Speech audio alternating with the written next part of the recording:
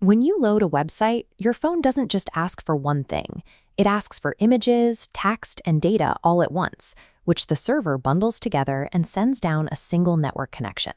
On a perfect connection, this bundle is efficient, but the second you hit a spotty mobile signal, the system hits a wall. If even one piece gets lost on the way, the entire process breaks down. The traditional system managing this pipe, called TCP, is obsessed with perfect order. It doesn't know that an image is separate from a text file. It just sees a sequence of data. When your phone notices a gap in that sequence, it stops everything. This is the head-of-line jam. Even if the rest of the data arrived perfectly, the system refuses to let anything else through to your screen until that one missing piece is resent and fills the gap. This means a single lost fragment of a tiny icon can freeze your entire app, including your text and your buttons. One tiny error holds the rest of the website hostage.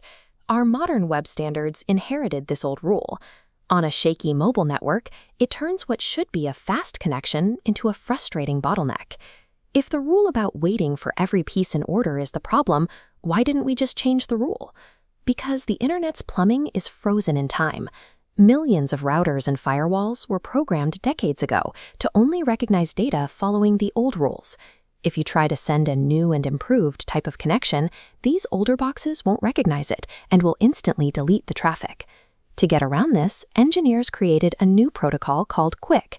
It takes its clever new rules and hides them inside a very basic don't ask questions type of data packet that those old routers are happy to let through. Instead of one pipe where everything gets stuck in a single line, QUIC creates several independent tracks. If data goes missing on the orange track, only it pauses. The blue and green tracks keep moving right past the error. By hiding these new tracks inside a simpler packet, QUIC successfully updated the internet's rules without needing to replace millions of pieces of hardware. QUIC is also faster to start. Normally, your phone and the server bounce messages back and forth twice just to introduce themselves and set up security. QUIC combines these steps, letting your phone start talking after a single back-and-forth trip. If you visited a site before, it's even faster. Your phone remembers the server and sends your request immediately, cutting the setup time to 0. It also solves the coffee shop problem. If you walk out of a cafe, your phone switches from Wi-Fi to a cell tower. Traditionally, that means your connection instantly dies and has to be rebuilt.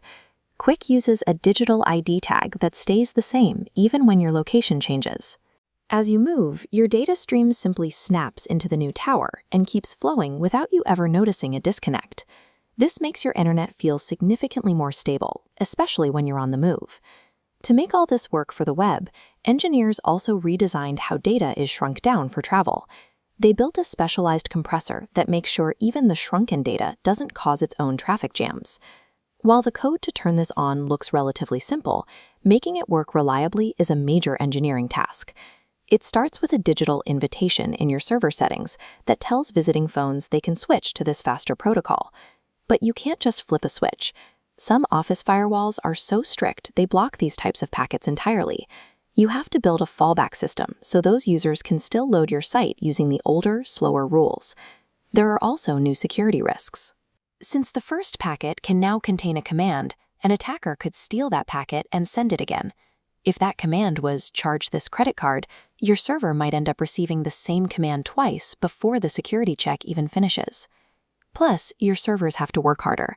Since this system handles all its own security and tracking, instead of letting the server's basic hardware help out, it uses significantly more processing power.